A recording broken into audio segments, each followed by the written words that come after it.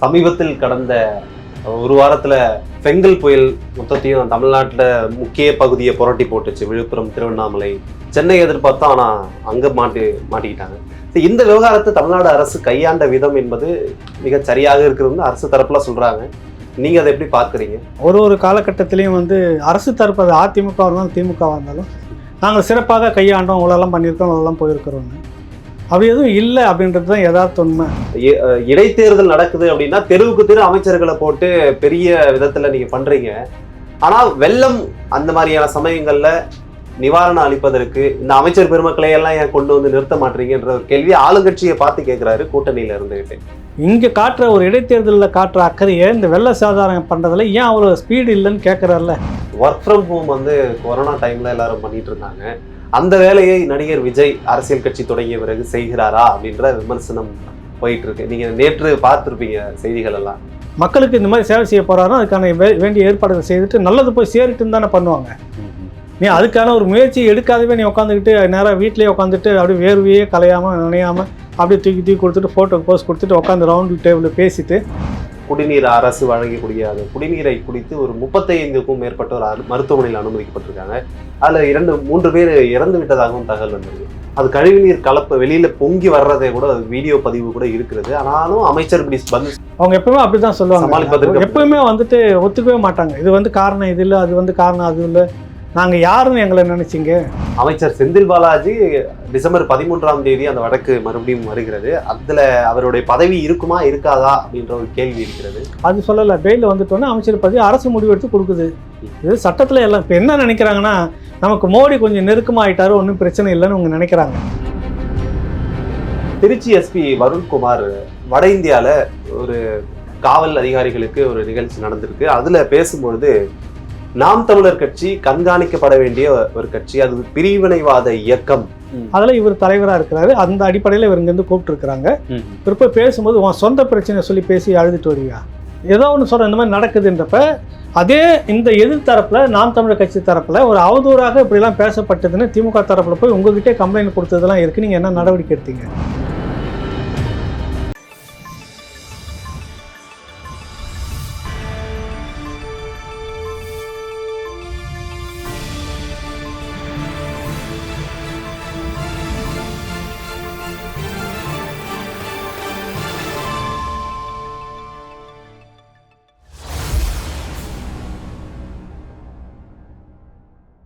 ராவணா பார்வையாளர்கள், தமிழ் உறவுகள் மற்றும் ராவணா நலம் விரும்பிகளுக்கு வணக்கம். நான் பாசு ராகவேந்திரன். பேசாததை பேசுவோம் நிகழ்ச்சிக்கு உங்களை அன்புடன் வரவேற்கிறேன். வணக்கம் ஐயா. வணக்கம் ராகவ். ரசிகர்கள் பட்டாளா நிறைய பேர் இருந்தாலும் உங்களை ஒரு சிலர் உங்களை கரிச்சு கொட்டிக்கிட்டு உங்களை பத்தி தவறு அவதூறாக எழுதி கொண்டுதான் இருக்கிறார்கள். இது ரெண்டத்தையும் எப்படி நீங்க பேலன்ஸ் பண்ணி முதல்ல மெயின்டைன் பண்றீங்கன்றது சொல்லுங்க. எதை கேட்குறீங்கன்னு தெரியுது. தமிழர் ஒருங்கிணைப்பு இயக்கத்துல இருந்து உங்களை பற்றி அது இல்லது எழுதுறாங்க. தோழர்களுக்கு என்னன்னு தெரியல, திடீர்னு நேற்றுலேருந்து தான் போட்டு 2 நாள் ஆச்சு. நேற்று மாலையிலேருந்து எல்லாம் 8 கால் பாய்ச்சலில் வராங்க. என்னன்னு தெரியல, உட்காந்து பேசியிருப்பாங்கன்னா என்னன்னு தெரியல. அதில் எங்கேயுமே அவங்கள விமர்சிக்கலாம். அவங்க சொல்லியிருந்தேன் அவங்க பக்கத்துலேயும் நியாயம் இருக்குது. அதையும் சீமான் தரப்புலையும் சொல்லியிருந்தேன். இவர் என்னவோ வெளியே வரேன்னு சொல்லிட்டு அங்கேயே முட்டு கொடுத்துருக்கிறாருன்னு ஒரு தம்பி எழுதியிருக்கிறாப்புல. தனசேகர்னு ஒரு சகோதரர் எழுதி. எல்லாமே நம்ம சகோதரர்கள் தான். சரி. என்னன்னா திராவிடங்களும் எப்பவுமே ஒரு அவதூறுகளை வாரி பேசுறதுக்கும் எழுதுறதுக்கு தயங்கும். நம்ம கூட இருக்கிறாங்கல்ல, ரத்தம்னு சொல்றோம்ல, இதுங்க தான் எப்பவுமே இப்படி செய்யறது. நான் அதில் கேட்டிருந்தது, சகோதரி வேல்முருகன் ஒரு சட்டமன்ற உறுப்பினராக இருக்கிறாரு, இத்தனை முறை இருக்கிறாரு, அரசியல் அனுபவம் இருக்கிறது, ஏன் அதில் கலந்துக்கிட்டாருன்றப்ப அது ஒரு பார்வை வருது. இது இந்த தமிழ் சமூகத்துக்குள்ளே எல்லாரும் வர. இப்போ அதுலேயும் சொல்லியிருக்கா, அதிலே அவங்க அதெல்லாம் கேட்டாங்களான்னு தெரியல. அவங்க ஆரம்பிக்கட்டும், சிறப்பாக வரட்டும். இன்னொன்று புதுசாக ஒன்று உருவாகுது. அது உருவாச்சுன்னா அது போட்டியில் இவங்களும் செய்யறதுக்கு வாய்ப்பாக இருக்கும். ரெண்டும் வளமாக வரட்டும், மக்கள் முடிவு பண்ணிட்டு போகட்டும், நல்ல வேலை செய்யணும் தான் சொல்லியிருக்கிறேன். அவங்களுக்கு அவங்க மேலே ஏதோ ஒரு அவநம்பிக்கை வந்திருக்கும் போல இருக்குது. புரியுதுல்ல? எங்கள் மேலே ஆரம்பித்து செய்துட்டுருங்க. உங்களை எதுவுமே குறை சொல்லவே இல்லையா அதில். அதுக்கு நீ எப்படி வேல்முருகனை சொல்ல முடியும்னா, வேல்முருகனுக்கும் எனக்கும் என்ன தொடர்புன்னு அவரை கேட்கணும். நீங்கள் திடீர்னு நீங்கள் கூப்பிட்டதால உங்களுக்கு எனக்கு அவரை பற்றி தெரியும், சகோதரர், நண்பர், அவர் என்னென்ன செய்திருக்கிறான்றதையும் சொல்லிட்டு இப்போ அந்த கட்சியிலேருந்து ஒரு குரூப்பை பிரிஞ்சு இவர்கிட்ட வந்தார்னா அவர் என்ன முடிவு எடுப்பார், இது நல்லா இருக்குமான்றது நான் அவருக்கு வைக்கிற கேள்வி. அவருக்கும் எனக்குமானது அவர் பேசிட்டு அவரே அவங்க டீமில் பேசுனாங்க. சொன்னேன், சரியாக போச்சு, நல்லா தான் பேசியிருக்கீங்க, இது ஒன்று மட்டும்தான் எங்களுக்கு வருத்தமாக இருக்குதுன்னாங்க. ஏன் கலந்துக்கிட்டேன்னு எழுதுங்க, உங்களுக்கு என்ன அதில் வந்துச்சு? அப்படியே அது இருக்கட்டும், அப்படி தான் பேசிட்டோம், தம்பிங்க தானே பேசிட்டோம், நிறைய வரட்டும். நீங்க அங்க போறதுக்காக தான் வெளியே போறேன்னு வேற பதிவு போட்டிருந்தீங்களா? நான் விலகி கொள்கிறேன்னு அப்போ தான் போட்டேன். அதுலேயும் கூட தான் விமர்சனம் பண்ணியிருக்கிறேன். நேற்று ஒன்று போட்டதுலேயும் விமர்சனம் பண்ணியிருக்கிறேன். விமர்சனமும் இருக்குது, ஆதரவும் இருக்குது. உங்களுக்கும் அதே தான். உங்களை ஒன்று நான் ஒன்று அடிக்கவே இல்லை, கதற ஆரம்பிக்கிறீங்களா, அந்த மாதிரி இல்லை இருக்குது. உங்கள் ஒன்றுமே பண்ணலையே, விமர்சனம் பண்ணவே இல்லையே, கேள்வி கேட்க எவ்வளோ இருக்குது. இல்லை வேணும்னா சகோதரர் யாருன்னா ஒருத்தர் வரட்டும், உட்காந்து நேருக்கு நேராக விவாதிக்கிறோம், நான் கேட்குறேன். அவங்க குறையெல்லாம் என்கிட்ட சொல்லிட்டு நீ எப்படி எழுதலான்னு கேட்கட்டும், நான் பேசுகிறேன்னு. சரி விடுங்க, அது விடுங்க. அவங்கள போய் நம்ம எதுக்கு காயப்படுத்திக்கிட்டு, வரட்டும், நல்லா வளரட்டும், விடுங்க. சமீபத்தில் கடந்த ஒரு வாரத்துல பெங்கல் புயல் மொத்தத்தையும் தமிழ்நாட்டில் முக்கிய பகுதியை புரட்டி போட்டுச்சு. விழுப்புரம், திருவண்ணாமலை, சென்னை எதிர்பார்த்தா ஆனால் அங்கே மாட்டிக்கிட்டாங்க. இந்த விவகாரத்தை தமிழ்நாடு அரசு கையாண்ட விதம் என்பது மிக சரியாக இருக்கிறது அரசு தரப்புல சொல்றாங்க. நீங்க அதை எப்படி பார்க்குறீங்க? இதை பற்றி சிறப்பாக 2-3 பதிவு போட்டுக்கிறேன். ஒரு காலகட்டத்திலையும் அரசு தரப்பு, அது அதிமுக இருந்தாலும் திமுக இருந்தாலும், நாங்கள் சிறப்பாக கையாண்டோம், இவ்வளோலாம் பண்ணியிருக்கோம், இவ்வளோலாம் போயிருக்கிறோன்னு. அப்படி எதுவும் இல்லை அப்படின்றது தான் யதார்த்த உண்மை. நம்ம விவாதங்களும் நிறைய டிவியில் சகோதரர்கள்லாம் விவாதம் பண்ணுறதை பார்த்தா கடிச்சு பிடிச்சி புரண்டு இங்கெல்லாம் செய்கிறீங்க. களத்தில் அங்கே மக்கள் யதார்த்தத்தினுடைய அந்த வழியை பார்க்கணும். நீங்கள் புரியுதுல, ஒரு மழை வரப்போகுதுன்னு சொல்லிக்கிறீங்க, அளவு சொல்லலை, திடீர்னு சொல்லிட்டீங்க. புயல் அங்கே நின்றுக்கிட்டே இருந்தது, அதனால் இப்படி பட்டுன்னு வந்துச்சு. இதன் பேச்செல்லாம் இருக்கக்கூடாது. ஒரு எச்சரிக்கை வந்துச்சுன்னா அது எந்த லெவலாக இருந்தாலும் சாதிக்கணும். அதுக்கேற்ற அளவுக்கு நீங்கள் கிளியராக வச்சுருக்கோம். இந்த பக்கம் தான் நகரப்போகுதுன்னு சொல்லியிருக்கிறாங்க. இப்போ அதுக்கேற்ற பாதுகாப்பு. நீங்கள் ஒரு பக்கம் சாத்தனூர் டேமை திறந்து விட்டுட்டு அது இல்லைன்னு சாதிக்கிறீங்க. அதனால் குறிப்பிட்ட பகுதியில் மழை வெள்ளம் ஒரு பக்கம்னாலும் இந்த தண்ணியும் ஒரு பக்கம் போயிட்டுருக்குது. எங்கள் பக்கம்லாம் வரைக்கும் விழுப்புரத்தை தாண்டி திருவண்ணாமலை வரைக்கும் பார்த்தீங்கன்னா எங்கள் ஊர் பக்கத்தில் நடுவில் ஊரில் இது வரைக்கும் அந்த மாதிரி தண்ணி உள்ள ஊருக்குள்ளே வந்ததில்லை. என்னென்னா அந்த ஊரில் முழுக்க முழுக்க கால்வா சரியில்லாமல் இருக்குது. வேட்டவாளம்னு ஒரு ஊர், பெரிய ஏரி, அது 10-18 ஊருக்கு தண்ணி போகிறது. மலையிலிருந்து ஒரு பெரிய கால்வா சிங்கார ஓடைன்னு வரும். அது இந்த நிர்வாகம் ஆட்சி இது வரைக்கும் கண்டுக்கவே இல்லை. எத்தனை வருஷமா அது இருக்கும், எத்தனை வருஷம் பண்ணாங்களா என்னன்னு தெரியல. அது பெரிய ஓடை, அது சிங்கார ஓடைன்னு ஒரு தண்ணி. அது பாட்டுன்னு மழை இந்த காலம் வந்துச்சுனாக்கா அடுத்து ஒரு 3 மாதம் வரைக்கும் தண்ணி ஓடிட்டு இருக்கோம். நாங்களாம் மீன் பிடிச்சிக்கிட்டு இருப்போம். இப்போ அது கிடையவே கிடையாது. இருந்தது கொஞ்சம் கொஞ்சமாக போட்டு தூர்ந்து போய் சின்ன ஓடை மாதிரி அவ்வளோ பெரிய காட்டு வெள்ளம் அடிச்சுக்கிட்டு மொத்தம் ஊருக்குள்ளே ஏறி. அப்போ மாவட்ட நிர்வாகம் அந்த இதில் ஏற்கனவே எனக்கு தெரிஞ்சு பிச்சாண்டி எம்எல்ஏ தான் அங்கே இருந்துட்டு இருக்கிறாரு. எல்லாம் என்ன ஆகும் உங்களுக்கு ஒன்றுமே. அப்போ இந்த மாதிரி நிறைய நிர்வாக கோளாறு, அலட்சியம். தற்போதைய அமைச்சர் ஏவா வேலு அவர்கள் திருவண்ணாமலை சிட்டியே ரொம்ப மாத்திட்டாரு, நிறைய சாலைகள்லாம் சீரமைச்சிருக்காரு, பாலங்கள் கட்டியிருக்காருன்ட்டு பெருமைகளாக தானே பேசிட்டு வராங்க. திருவண்ணாமலை சாலை போடுறீங்க, பாலம் கட்டியிருக்கீங்க, எல்லாம் சரி. கால்வாய் நோண்டி தண்ணி நிற்கிறதுக்கு வழியை காணமில்ல. நீ அதெல்லாம் பார்க்கணும் மழை காலத்தில். புரியுதில்லை உங்களுக்கு? இப்போ இந்த பெரு அவதி ஏன் அப்படி வருது? இவ்வளோ நஷ்டீடு நீங்கள் கொடுக்க வேண்டிய காரணங்கள் என்னென்ன முன்கூட்டியே பண்ணால் உயிர் சேதாரம் 1-2ன்னா கூட அந்த எண்ணிக்கை 1-2 அதை நீங்கள் தடுத்துருக்கலாம்ல. எத்தனை கால்நடைகள் போயிருக்குது. இப்போ அது இல்லாமல் மக்கள் சமைக்கிறதுக்கு வழி இல்லாமல் உட்காந்துட்டுக்கிறாங்க. சுத்தமாக அடிச்சுக்கிட்டு போயிருக்குல்ல. நீங்கள் உட்காந்துட்டு விவாதங்களை நீங்கள் என்ன வேணாலும் பண்ணலாம். அப்புறம் இதை களத்தில் வேலை செய்யலைன்றப்ப ஒரு பெரிய கோபம் வருது. கோபத்தை நீங்கள் மடம் மாற்றுறதுக்கு எதோ விவாதம் நடத்திட்டு இருக்கிறீங்க. இது ஆக்கப்பூர்வமாக இதை ஒட்டி ஒரு விவாதம் வந்திருக்கா எதுலையாவது? இல்லை.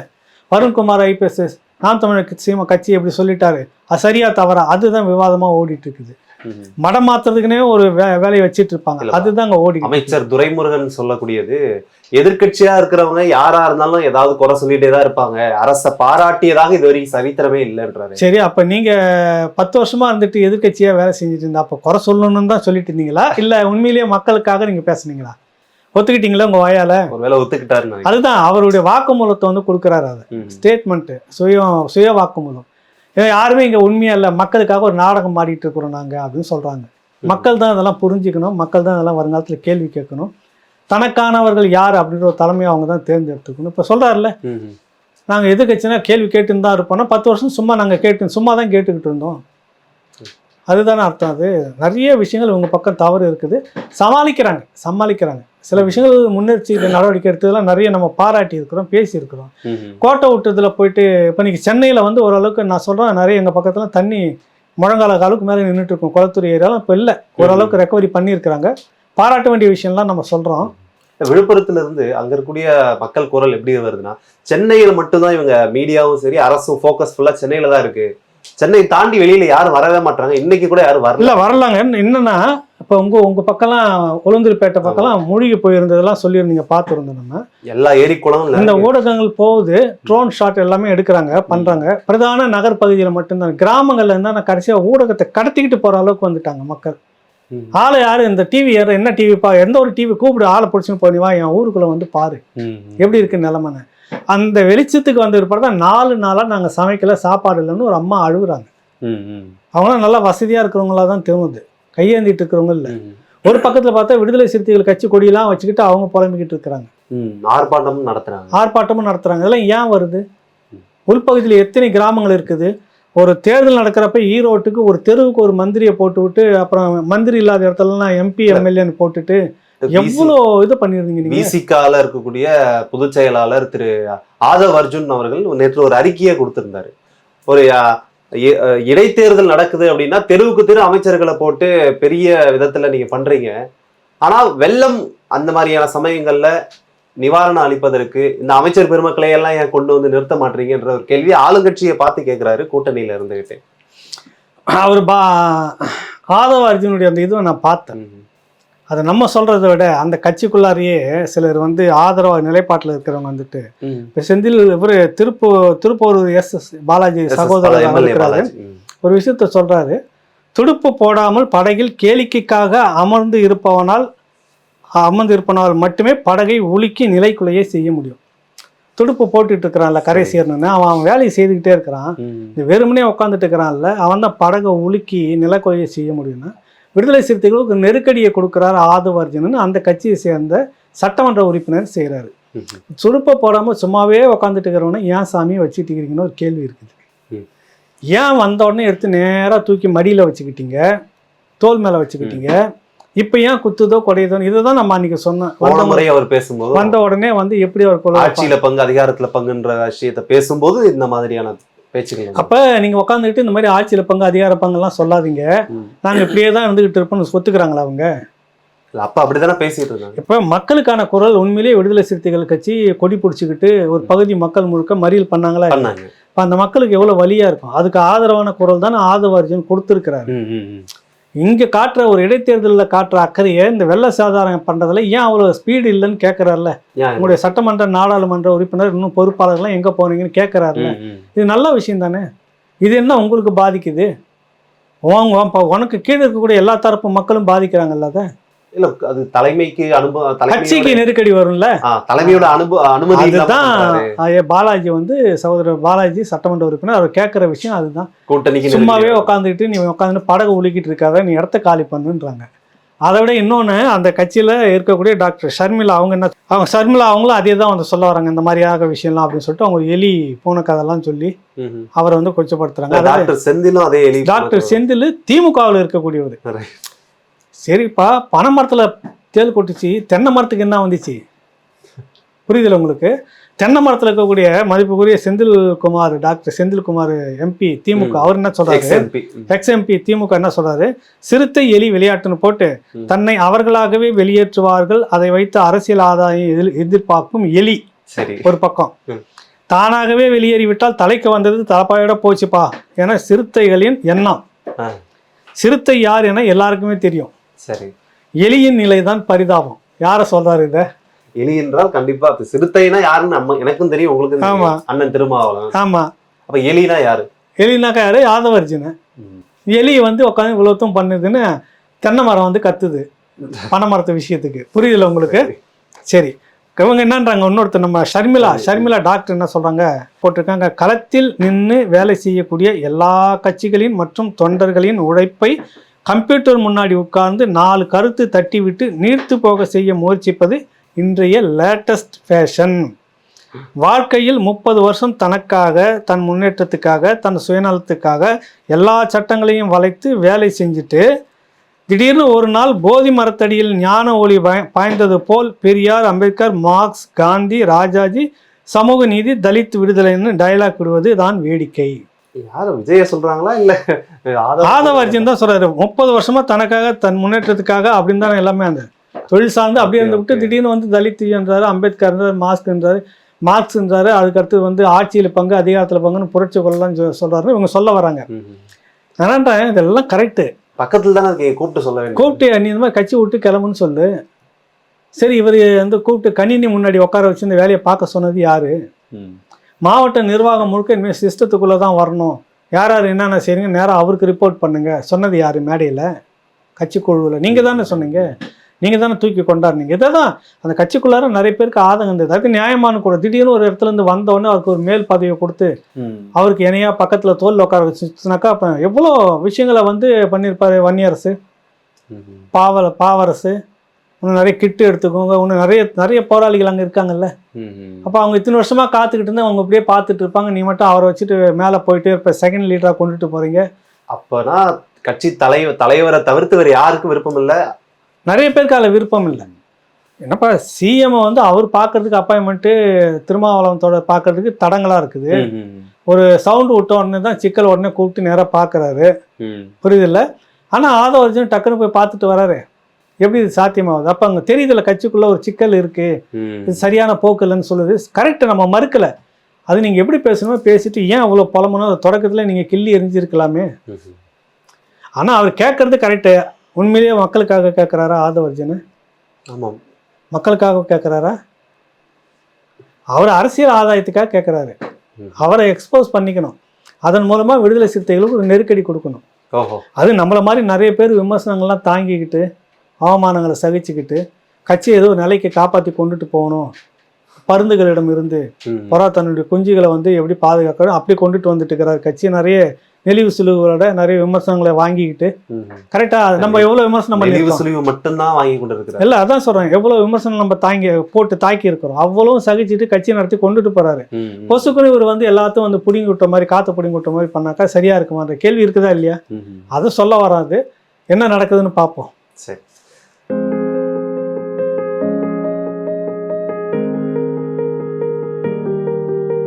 பாமர மக்கள் தொடங்கி திரைத்துறை, அரசியல் துறை பிரபலங்களுக்கு எல்லாம் சிகிச்சை அளித்த புகழ்பெற்ற பிரபலமான அக்குப்பஞ்ச மருத்துவ நிபுணர் டாக்டர் எம்.என். சங்கர் அவர்களோடு நீங்கள் உங்கள் நோய்க்கான தீர்வுகள் என்ன, மருந்தில்லா மருத்துவம் சொல்லும் மகத்தான விதிமுறைகள் என்ன, உங்கள் நோய்க்கான கேள்விகளை அனுப்புங்கள்.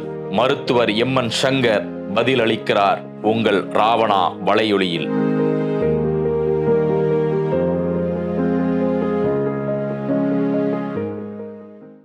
ஒர்க் ஃப்ரம் ஹோம் வந்து கொரோனா டைம்ல எல்லாரும் பண்ணிட்டு இருந்தாங்க. அந்த வேலையை நடிகர் விஜய் அரசியல் கட்சி தொடங்கிய பிறகு செய்கிறாரா அப்படின்ற விமர்சனம் போயிட்டு இருக்கு. நீங்க நேற்று பார்த்துருப்பீங்க செய்திகள் எல்லாம். பனையூர்ல இருக்கக்கூடிய தன்னுடைய கட்சி அலுவலகத்துக்கு பாதிக்கப்பட்ட மக்களை அழைத்து வந்து நிவாரண உதவி செய்திருக்கிறார் தாவேகா தலைவர் விஜய். எப்படி பார்க்கலாம்? இப்போ சுந்தரன் நந்தமன் ஒரு தம்பி, அதுக்கடுத்து சந்திரன் ராஜா, ஒன்று 4-5 பேர்ல இந்த பக்கம் யாராவது இன்னும் கமெண்ட் ரொம்ப வித்தியாசமாக யோசிச்சு தேர்தல் நேரத்தில் எலெக்ஷனில் வேலை செய்யக்கூடிய பொறுப்பாளர்களை சில பேர் 100 பேரை மட்டும் கூப்பிட்டு நான் தொகுதிக்கு வரல, வந்தால் நெருக்கடி வரணும், ஆஃபீஸ்லேயே வச்சு தேர்தல் பிரச்சாரம் முடிச்சிருவாரா அப்படின்னு ஒருத்தர் கேட்டிருக்கிறாரு. நான் பிரச்சாரத்துக்கு வந்தால் கூட்டம் அதிகமாக வரும், நெரிசல் அதிகமாக வரும், தெருவா சுற்றுறப்ப கூட்டம் நிறைய வரும் என்னை பார்க்கறதுக்கு, அதனால் தொகுதியில் வந்து 100 பேர் வாங்க, உங்ககிட்ட நான் கேன்வாஸ் பண்ணுறேன் அப்படின்னு நீங்கள் போய் வெளியில் சொல்லுங்கன்னு சொல்லுவாரான்னு ஒருத்தர். இன்னொருத்தர் எழுதியிருக்கிறாரு அதெல்லாம் ஒன்றும் செய்ய மாட்டார், தேர்தல் பிரச்சாரமாக வச்சு ஒரு படத்தை எடுத்து ரிலீஸ் பண்ணிவிட்டு எல்லாம் தேட்டரில் காசு கொடுத்து பார்த்துட்டுங்க, அதான் என் கொள்கை, அதான் என் பிரச்சாரன்ட்டு போயிடுவார். சரியாக நக்கல் பண்ணுறாங்க பசங்களாம். இப்போ விஜய் வந்து நீ மக்களுக்காக அழாத ஒரு தலைவன், நடிக்கவாது செய்யணும், அதுவும் இல்லை. இல்லை, அவங்க யதார்த்த சிக்கலை சொல்கிறாங்க. என்ன உனக்கு சிக்கல்? போனால் கூட்டம் கூடிடும், அது விஜயை பார்க்கறதுக்காக ஒரு கூட்டம் கூடும். அவன் அழுதுகிட்டு உட்காந்துட்டு அந்த இடத்துல போய் கூட்டம் ஒரு முறை வரும், 2வது முறை வரும், 3வது முறை ஒன்று கண்டுக்காத விட்டுடுங்க. புரியுதில்ல உங்களை?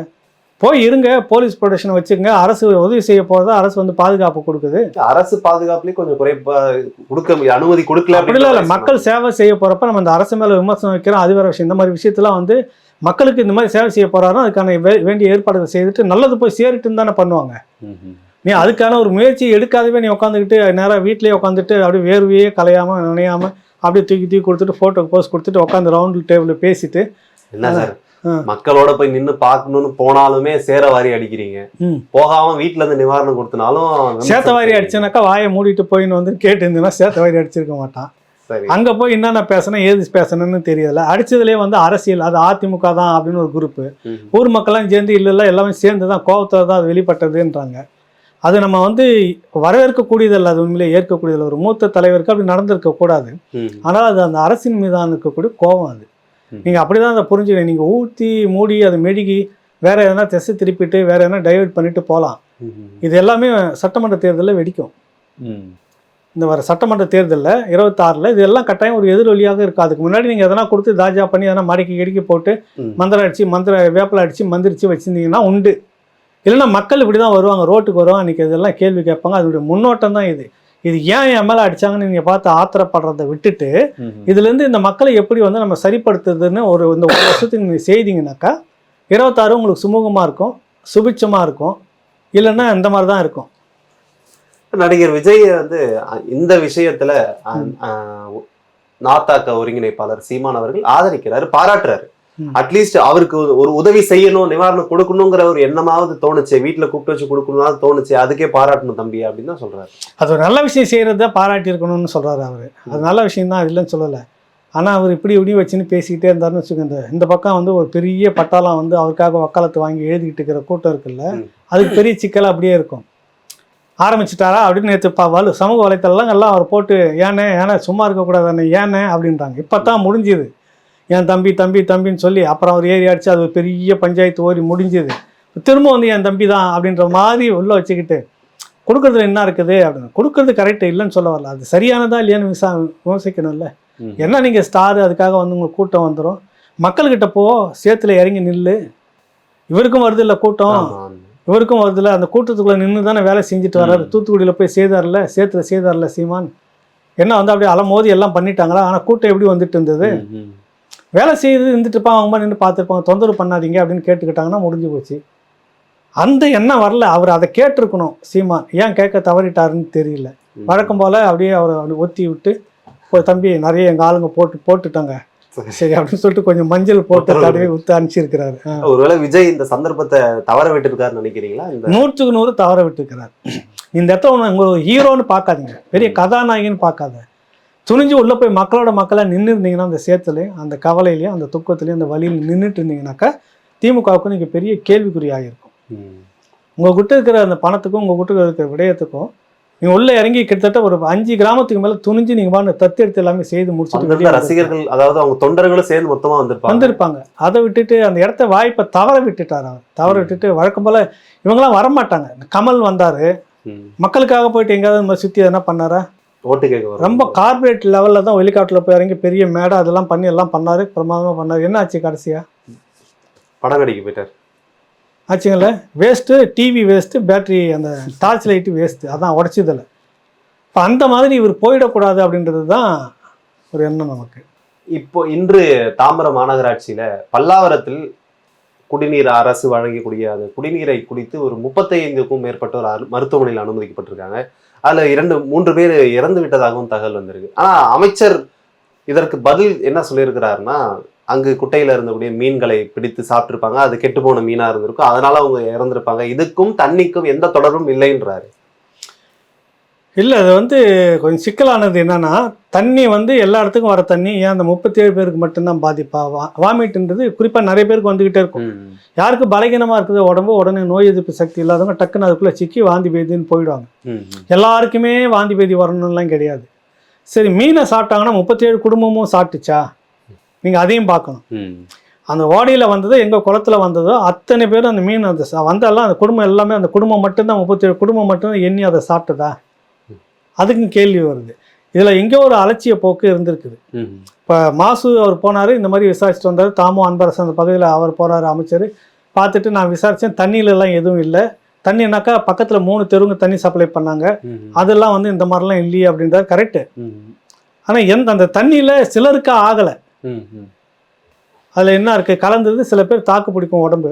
இப்போ ஒன்றும் இல்லை, ஒரு மனம் பாதிக்கப்பட்டு நடந்துக்கிட்டே போவாங்க, ரோட்டில் பார்த்துருக்கீங்களா? உடம்புலாம் அழுக்கு முடியெல்லாம் இது பண்ணி அவங்களுக்கு வாந்தி பேதி அது இது இல்லை, நடந்துக்கிட்டே இருப்பாங்க பார்த்தீங்களா? தண்ணி மிஞ்சி போனால் சூரிய சக்தியிலேருந்து அவங்களுக்கு எல்லா திறனும் கிடைக்கும். அப்படி தான் நம்ம இயற்கையில் எடுத்துக்கிறோம். ஆனால் எதுக்குமே பாதிக்க மாட்டேங்குது. வழியில் எங்கன்னா இருந்ததுன்னா குப்பையில் இருக்க இலையை எடுத்து நக்கி சாப்பிட்டுட்டு போயிட்டே இருக்கிறான். ஒன்றுமே இல்லை, நல்லா தானே போகிறாங்க. நோய் எதிர்ப்பு சக்தி அவனுக்கு இருக்குது, அளவுக்கு மீறி கடவுளை கொடுத்துட்டாங்க. இங்கே இது இல்லாமல் இருந்திருக்கலாம், அவங்களுக்கு பாதிச்சிருக்கு. தண்ணியில் சிக்கல் இருந்திருக்கணும், இல்லைன்னா மீனில் சிக்கல்லாம். மீன் எத்தனை குடும்பம் சாப்பிட்டது, 37 குடும்பம் பிடிச்சி சாப்பிட்டு இருந்தாங்களான்ற கேள்வி இருக்குதுல்ல. ஆமா. அதனால் மீனில் வந்து அந்த மீன் சாப்பிட்டதால வந்ததுன்னா அப்படி ஒன்றும் கிடையாது. இந்த மாதிரி நேரத்தில் எல்லா ஊர்லேயும் வெள்ளத்தில் தண்ணி மீன் அடிச்சுக்கிட்டு வர்றது. உங்கள் ஊரில் நீங்கள் பிடிச்சிருக்கீங்களா? எங்கள் ஊரில் பிடிச்சி இந்த மாதிரி சீசனில் தான் பிடிச்சி வெள்ளம் வந்து கரையேறி வரப்போ அதில் வரும் மீனுங்க. எகிரி எதிர்நீச்சல் போட்டு அதில் தான் அந்த சேத்து தண்ணியாக வரும். அதில் தான் பிடிச்சி போய் சமைச்சு சாப்பிட்டுட்டு இருக்காங்க. அப்புறம் அங்கெல்லாம் நோய் எதிர்ப்பு, அங்கெல்லாம் வந்துட்டு நச்சுத்தன்மை வரல, இங்கே மட்டும் நச்சுத்தன்மை வந்திருக்குன்னா எப்படி வந்திருக்குது? ஒரு குழப்பம் அங்கே இருக்குது. அந்த இடத்துல நிர்வாகம் சரியான முறையில் கவனிச்சிருக்கணும். அது கழிவுநீர் கலப்பு வெளியில பொங்கி வர்றதே கூட வீடியோ பதிவு கூட இருக்கிறது. ஆனாலும் அமைச்சர் இப்படி பதில் அவங்க எப்பவுமே அப்படிதான் சொல்லுவாங்க. எப்பவுமே வந்துட்டு ஒத்துக்கவே மாட்டாங்க. இது வந்து காரணம் இது இல்லை, அது வந்து காரணம் அது இல்லை. நாங்கள் யாருன்னு எங்களை நினைச்சிங்க? எங்களுக்குன்னு ஒரு வரலாறு இருக்குது இல்லை. இறந்தவன் மாணவனை அவங்க அப்பா வழியிலேயே அவங்க வாயாலே சொல்ல வச்சு என்னுடைய மகன் இல்லைன்னு சொல்ல வச்சது இல்லை. அந்த வரலாறுலாம் இருக்குது. அதனால இவங்க என்ன வேணாலும் பொய்யே சொல்லுவாங்க. அது சரியானதா இல்லையானா மக்கள் தான் அந்த பகுதியில் இருக்கவங்க உறுதியாக சொல்லணும். அவங்க சொல்கிறாங்க இந்த தண்ணியால் தான் வந்தது, தண்ணி சரி கிடையாது அப்படின்னு சொல்லிட்டு. நீங்கள் தண்ணினா எல்லாருக்கும் தானே வந்திருக்கணும்னு நீங்கன்றீங்க. திடீர்னு ஒரு மந்திரி மட்டும்தான் உடம்பு சரியில்லைன்னு போய் படுக்கிறாரு, மற்றவங்க எல்லாருமே நல்லா தானே வேலை செய்துட்டு இருக்கிறாரு. ஏன் ஒருத்தருக்கு மட்டுமே காய்ச்சல் வந்தது? புரியுதில்ல? அப்போ இதெல்லாம் நீங்கள் சேர்த்து பார்த்து இந்த விஷயத்த சொல்லணும், மூடி மறைக்கக்கூடாதுன்னு சொல்ல வரேன். அதானி விவகாரம் பூதாகரம் ஆகுதோ அப்படின்ற ஒரு இடத்துல வந்து நிற்கிறோம். ஒரு பக்கம் திமுக அவருக்கு லஞ்சம் கொடுத்ததாகவும் அது ஒரு ஊழல் நடந்ததாகவும் சொல்றாங்க. இன்னொரு பக்கம் இந்த மின்துறையில ஸ்மார்ட் மீட்டர் என்ற ஒரு புதிய மீட்டரை அறிமுகப்படுத்த போறாங்க. அதற்கான டெண்டருக்கு அதானி குழுமத்திடம் அந்த டெண்டர் கொடுக்கப்பட்டிருக்கிறதாக ஒரு தகவல் வெளியாகி இருக்கு. அதனுடைய உண்மைத்தன்மையை வந்து நம்ம ஆராய வேண்டி இருக்கிறது. அப்படி நடந்திருக்க வாய்ப்பு இருக்குன்னு நினைக்கிறீங்களா? தெரியல. அதுக்கு உதாரணமாக நம்ம என்ன சொல்லணும்னாக்கா, பாஜக இருக்கக்கூடிய திருப்பதி நாராயணன் சகோதரர் வந்து ஒன்று பதிவு போட்டிருக்கிறாரு. அதில் என்ன சொல்ல வர்றாருனாக்கா, ஐயோ அதானியா, மு.க. ஸ்டாலின் தன் நண்பர் அதானிக்கு தமிழக மின்துறையை தாரை வார்த்து விட்டார் மு.க. ஸ்டாலின் என்று ராகுல் காந்தி கூறுவாரா? ஒன்று. அதானி டெல்லியில் குற்றம் புரிந்தவர், ஆனால் தமிழகத்தில் அல்ல என்று தமிழக காங்கிரஸ் கமிட்டி கூறுமா?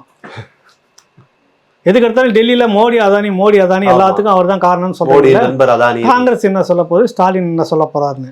அதானிக்கு ஒப்பந்தம் அளிக்க துடிக்கின்ற திமுக அறிவாலயம் உடன் ஒட்டும் இல்லை உறவும் இல்லை என்று கூட்டணியை விட்டு வெளியேறுவர்களா கம்யூனிஸ்ட் கட்சியினர்?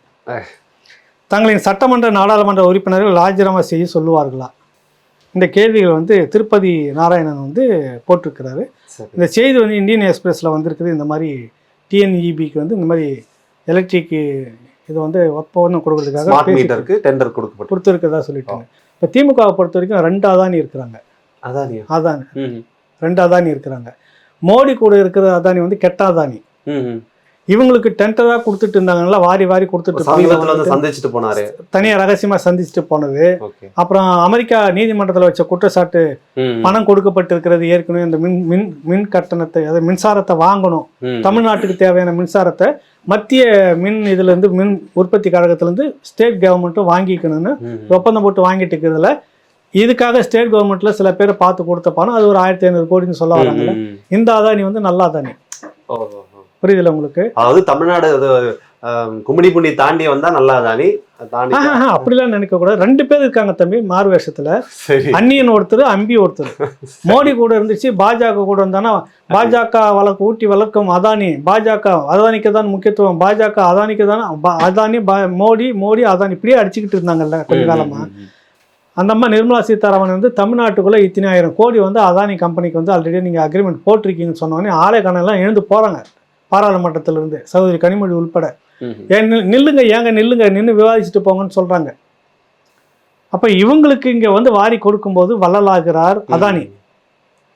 மோடி கிட்ட பக்கம் நிற்கும் போதுதான் அவர் வந்து பாசிச அதானி, வல்லாதிக்க அதானி, அப்புறம் பன்னாட்டு இதுவாக இருக்கக்கூடிய அதானி, அந்நியன் அதானி.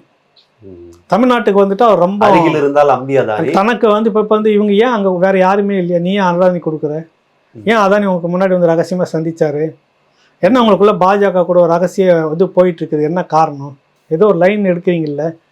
அப்ப எல்லாம் கூட்டி கழிச்சு பார்த்தீங்கன்னா அதானி காலத்துக்கும் இவர்கள் நல்லவராக இருப்பாங்க. இன்னும் தேர்தல் நெருங்க பார்த்தீங்கன்னாக்கா வெண்தாடி பெரியாரே நாங்கள் பார்க்கக்கூடிய பெரியாரே வந்துட்டு நவீன பெரியார் மோடி தானே அவங்க சொல்லுவாங்க திமுக தரப்பில். நீங்கள் குடிச்சு வச்சு சிரிக்காதீங்க, இதெல்லாம் நடக்கும். சரி. ஆமாம். அமைச்சர் செந்தில் பாலாஜி டிசம்பர் 13ஆம் தேதி அந்த வழக்கு மறுபடியும் வருகிறது. அதுல அவருடைய பதவி இருக்குமா இருக்காதா அப்படின்ற ஒரு கேள்வி இருக்கிறது. ரகுபதி அமைச்சர் நேற்று வந்து சட்ட அமைச்சர் வந்துட்டு அதெல்லாம் ஒன்றும் இல்லை, இது வந்து தமிழ்நாடு அரசு முதலமைச்சர் ஸ்டாலின் அமைச்சரவை எடுக்கக்கூடிய முடிவு அப்படின்றாரு. அவர் கைது செய்ய முடியும் அமைச்சராக தான் இருந்தார், அதுக்கு பிறகு அமைச்சராக இருந்தார், அப்புறம் தான் ராஜினாமா பண்ணிட்டு வந்தார். பெயிலில் வந்த உடனே அது சொல்லலை, பெயிலில் வந்துட்டோன்னே அமைச்சர் பதவி அரசு முடிவு எடுத்து கொடுக்குது. இது சட்டத்தில் எல்லாம் இப்போ என்ன நினைக்கிறாங்கன்னா, நமக்கு மோடி கொஞ்சம் நெருக்கமாயிட்டாரு, ஒன்றும் பிரச்சனை இல்லைன்னு இவங்க நினைக்கிறாங்க. சரி, அதான் நான் நினைக்கிறேன். இவங்க கிட்டத்தட்ட அப்படிதான் நகர்ந்து போகிறாங்க அரசியலா, அப்படி தோணுது. எல்லாமே உங்களுக்கு இனிமேல் சரியாயிடும்னு நான் நினைக்கிறேன். இல்லை, நான் அதாவது நீங்கள் இடி வந்து அதற்கு பிறகு எந்த ஒரு ஆக்ஷனும் மூமெண்ட்டே இல்லாமல் இருக்கிறத நீங்கள் கவனிக்க, அது ஒரு பக்கம் இருக்குது. அமைச்சராக இருக்கிறாரு, அதனால பிணை கொடுக்க முடியாது, பெயில் கொடுக்க முடியாதுன்னு சொல்லி தான் இழுக்கடிச்சிட்டு இருந்தாங்க. நீங்கள் இல்லைங்க இப்போ நாங்கள் அமைச்சர் பதவியை ராஜினாமா பண்ணிட்டாருன்னு இப்போ சொல்லி தான் நீங்கள் வாங்கிட்டு வந்தீங்க. வந்தோடனே திரும்ப அதே அமைச்சர் பதவியை கொடுத்தீங்கன்னா என்ன அர்த்தம்? அது நம்பருக்கு நீதிமன்றம்னா அவ்வளோ கண் இல்லாமல் உட்காந்துட்டு கேள்வி நீதிமன்றம் கேட்டுருச்சு. அதான் கண் இல்லாமல் உட்காந்துட்டு இருக்குதா? நீங்கள் தான் எல்லாம் பண்ணுவீங்க, நீதிமன்றமும் அப்படி பண்ணணுமா? 13ஆம் தேதி பார்ப்போம் என்ன நடக்குதுன்னு, இவங்க எப்படி இருக்கிறாங்கன்னு சொல்லிட்டுன்னு. இவங்களுக்கு இப்போ அப்படியே வந்து கொள்ளைன்னு ஓடிட்டு இருக்குது இவர்களுக்கு, புரியுது இல்லை? ஆமாம், கொள்ளைன்னு ஓடிட்டு இருக்குது இவங்க. இந்த பக்கம் பார்த்தா அதானி வந்து வாரி கொடுக்குறாரு, இப்போ வந்து அதானி மோடி அதானிலாம் இப்போ பேச மாட்டாங்க, என்னென்னவோ நடந்துகிட்டு இருக்குது. ஒன்று ஒன்றா வெளியில் வருது, பார்ப்போம் நம்ம. சரி, பூனைக்குட்டி எப்போ வெளியே முழுசா வருதுன்னு பார்ப்போம். திருச்சி எஸ்பி வருண்குமார் வட இந்தியாவில் ஒரு காவல் அதிகாரிகளுக்கு ஒரு நிகழ்ச்சி நடந்திருக்கு. அதில் பேசும்பொழுது நாம் தமிழர் கட்சி கண்காணிக்கப்பட வேண்டிய ஒரு கட்சி, அது பிரிவினைவாத இயக்கம் என்று அபாண்டமாக, அது ஒரு குற்றச்சாட்டுன்னு சொல்லலாமா, இல்லை ஒரு விஷயத்தை அங்கே சொல்றாரு. அரசு அதிகாரிகளுக்கு மத்தியில் ஒரு அரசு அதிகாரியாகவே இருந்து கொண்டு ஒரு அரசு அதிகாரி இப்படிப்பட்ட நிலைப்பாட்டில் எடுத்து பேசலாமா என்ற கேள்வி எல்லாருக்கும் தெரியல. அவருக்கு அந்த மெச்சூரிட்டி இருக்கிறதால பெரிய கேள்வி இருக்குதா, சந்தேகமாக இருக்குது. அவரை வந்து இப்படிலாம் பேசலாமா அப்படின்னு தோணுது. ஒரு நல்ல அதிகாரியாக வந்தவர், நல்லா படித்து நல்லா வந்திருக்கிறாரு. உங்கள் குடும்பத்தை பற்றி பேசுனாங்க, அதுக்கு நீங்கள் வழக்கு போட்டீங்க. அது வரைக்கும் இந்த விடயத்தை எடுத்துக்கிட்டு அது எதுக்காக மீட்டிங் நடக்குது, அது வந்து ஒரு சமூக வலைத்தளங்களை வந்து கட்டுப்படுத்துறதுக்கான 22 IPS அதிகாரிகளுடைய கட்டுப்பாட்டில் ஒரு குழு, அதில் இவர் தலைவராக இருக்கிறாரு. அந்த அடிப்படையில் இவர் இங்கேருந்து கூப்பிட்டுருக்குறாங்க. இவர் போய் பேசும்போது உன் சொந்த பிரச்சனை சொல்லி பேசி அழுதுட்டு வருவியா? ஒரு உதாரணம் சொல்லலாம், ஏதோ ஒன்று சொல்கிறேன் இந்த மாதிரி நடக்குதுன்றப்ப, அதே இந்த எதிர்த்தரப்பில் நாம் தமிழர் கட்சி தரப்பில் ஒரு அவதூறாக இப்படிலாம் பேசப்பட்டதுன்னு திமுக தரப்பில் போய் உங்ககிட்டே கம்ப்ளைண்ட் கொடுத்ததெல்லாம் இருக்குது. நீங்கள் என்ன நடவடிக்கை எடுத்தீங்க? சரியான மனிதராக இருந்து நீங்கள் நடவடிக்கை எடுத்துட்டு வெளியில் வந்திருந்தீங்கன்னாக்கா உங்களை பற்றி பேசுனதும் தப்பு, நடவடிக்கை எடுத்திருக்காங்க அப்படின்னு நம்ம எடுத்துக்கலாம். ஆனாலும் உங்களை பற்றி பேசுனது தவறு அப்படின்னு எல்லாருமே ஒத்துக்கிட்டாங்க. நீங்கள் அதுக்கு வந்து கண்ணை கட்டி அடித்து சித்திரவதை பண்ணது மனித உரிமை மீறலா இல்லையா? இதுக்கு ஒரு வழக்கு பண்ணியிருக்கணும். அடுத்தது நீங்கள் வந்து IPSக்கான ரூல்ஸ் அண்ட் ரெகுலேஷன்லாம் இருக்குது, அதை மீறி நீங்கள் வந்து ஃபேஸ்புக் சமூக வலைத்தளங்களும் ஒரு அரசியல்வாதியை போல் நீங்கள் வந்து நடந்துக்கிட்ட அந்த பதிவுகள்லாம் இருந்து அதுக்கு ஒரு வழக்கு போடணும். குறிப்பிட்ட ஒரு கட்சி மேலே நீங்கள் வெஞ்சன்ஸாக இருக்கிறீங்க தொடர்ச்சியாக, அதுக்கான உதாரணங்கள்லாம் இதெல்லாம் இருக்குது அப்படின்னு அதுக்கு ஒரு புகார் வந்து உள்துறையில் வந்து கொடுத்துருக்கணும். எதுவுமே அரசியல் இதெல்லாம் சகஜம்தான் இவங்க ஒரு பக்கம் போயிட்டே இருக்கிறாங்க. அந்த பெருந்தன்மையை நீங்கள் வந்து பயன்படுத்தி ஒரு கட்சியை நேஷனல் அளவில் பெரிய இதில் எங்கேயுமே இந்த மாதிரி எனக்கு தெரிஞ்ச ஒரு போலீஸ் ஆஃபீஸர் ஒரு பார்ட்டி மேலே இந்த மாதிரிலாம் பண்ணதே இல்லை. தமிழ்நாடே ஆதரிக்கும் மேதகுவை, தமிழ்நாடே ஆதரிக்கும். இப்போ சொல்கிறேன், தனியாக ஒரு வீடியோ அதுக்கு நான் பேசி போட்டிருக்கேன். தமிழ்நாடே ஆதரிக்கும். இங்கே இருக்கிற தனிநாடு கேட்டது திராவிட கட்சி, திராவிட கழகம். அப்புறம் திமுக தொடங்கினோடனே 1962 வரைக்கும் தனிநாடு நிலைப்பாட்டில் தான் இருந்தார் அண்ணா.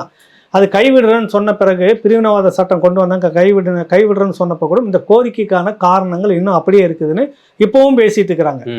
இந்திரா காந்தி ஒரு பிரதமராக இருந்தவங்களை வந்து அடித்து ரத்தம் அந்த அளவுக்கு எதிர்ப்பு பெரிய வினையாற்றவங்க நீங்கள்.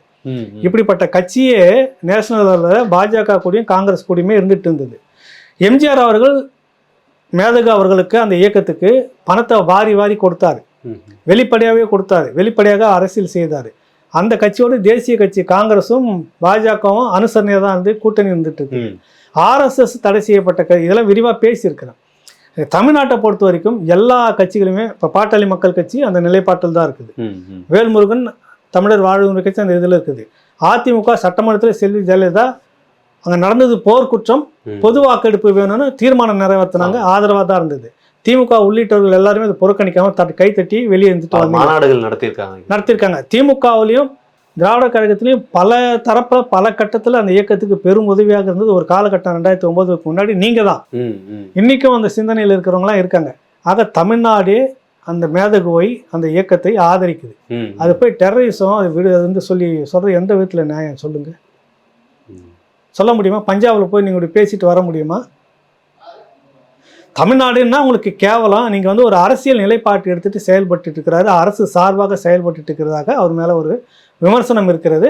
அதற்கேற்ப அவர் இந்த மாதிரி செய்துகிட்டு இருக்கிறாரு. அது வந்து விசாரிக்கப்பட வேண்டியது ஒண்ணு. பூனைக்கு யாராவது ஒருத்தர் மணி கட்டி தானே ஆகணும். செய்வாங்க, கட்டாயம். அது விசாரிக்கப்பட வேண்டியது. அவர் தரப்புல இருக்கிற குற்றச்சாட்டும் விசாரிக்கப்பட வேண்டியது. இந்த பக்கத்துல இவர்கள் மீது குற்றம் சொன்னது சரியா தவறானு இவங்க வழக்கு போட்டு சந்திக்கணும், எதிர்கொள்ளணும். இதை விட்டோம்னா நாளைக்கு வந்து பெரிய சிக்கலாக இருக்கும். கட்டாயம் வந்து கண்டிக்க வேண்டியது அவர் பேச்சு. பல்வேறு தகவல்களை பகிர்ந்தமைக்கு மிக்க நன்றி. நன்றி, வணக்கம். நன்றி. உள்நாடோ வெளிநாடோ எங்கிருந்தாலும் உங்களில் சில பேருக்கும் பல வழக்குகள் இருக்கலாம், கூட சிக்கல் இருக்கலாம், யாரிடம் கேட்பது, எப்படி செய்வது என்ற குழப்பம் இருக்கலாம். உங்களுக்காகவே இந்த நிகழ்ச்சி. சட்டம் என்ன சொல்கிறது? சென்னை உயர்நீதிமன்ற வழக்கறிஞர் முனைவர் ஜி தியாகராஜன் அவர்கள் பதில் அளிக்கிறார். பிரபல ஊடகங்களில் நிகழ்ச்சியை நடத்தியவர். உங்கள் கேள்விகளை அனுப்புங்கள். பதில் வாரந்தோறும் பேசுவோம் உங்கள் ராவணா வலையொலியில்.